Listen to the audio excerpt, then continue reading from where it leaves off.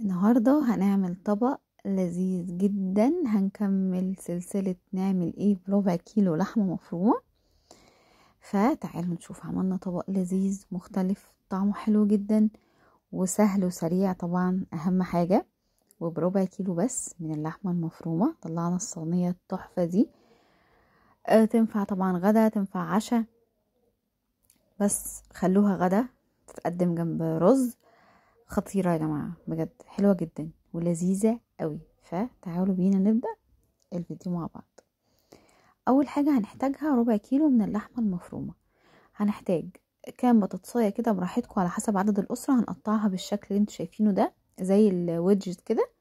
هنحط بقى طاسة سخنة معاها شوية من السمنة والبطاطس وشوية من الفلفل الأخضر، ده اختياري ولو حرق يا سلام. وهنحط بقى شوية من التوابل، كمون وكزبرة وفلفل اسود وبابريكا، وطبعا بطاطس يعني زعتر، رشة من الزعتر، وطبعا ملح. ونقعد نقلب كده فيهم لحد لما البطاطس تبتدي ان هي تستوي. وكمان ما تنسوش فص كده توم، بيديها ريحة خطيرة يا جماعة، خطيرة. هغطيها واسيبها تستوي. تمام. حبيت ان انا ازود رشة من جوز الطيب، طبعا بتودي الطعم في حتة تانية خالص. اول ما البطاطس تبتدي ان هي تستوي هاخدها في الطبق اللي هيدخل الفرن. هشيلها كده من الطاسة. بص البطاطس استوت ازاي. ونرجع تاني في نفس الطاسة نزود اللحمة المفرومة. اللحمة المفرومة بلديها الاول تشويحة، انا بحب اعملها كده تعصيجة عادي. لو عندكم لحمة اوريدي متعصجة تقدروا ان انتوا تستخدموها براحتكم. هسيب اللحمة بقى كده ايه يعني تستوي. تمام. ما بحبش اقلب فيها كتير في الاول طالما هي متفرفطه كده، فاهماني؟ انما لو هي يعني كتل كده ببتدي ان انا ايه اعملها، اسمها ايه، افرفطها يعني. بس طالما هي كده بسيبها لحد ما تاخد دم من تحت، وابتدي ان انا اقلب فيها بعد كده علشان كلها تبتدي ان هي تستوي معايا. انا محتاجه ان هي تستوي لان انا هدخلها الفرن حاجه بسيطه خالص، فهي كلها تبقى مستويه. هنا كنت مقطعه بصل وفلفل اخضر وكمان طماطم، بس الطماطم هحطها يعني ايه متاخر شويه.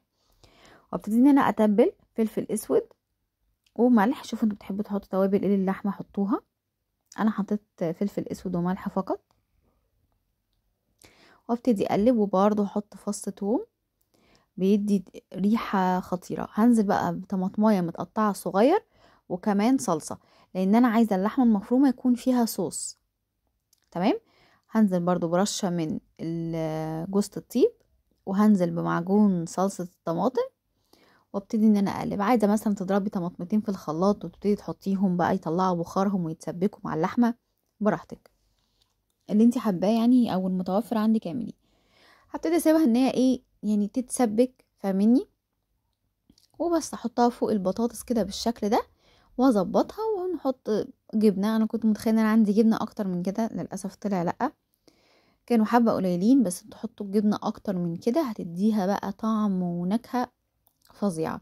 مش عايزه تحطي جبنه خالص براحتك، ما تحطيش عادي خالص يعني، مش مشكله. هي اصلا تتاكل كده لوحدها من غير حاجه، ان هي كانت حلوه جدا. وبس دخلناها الشوايه كده تندمج مع بعضها.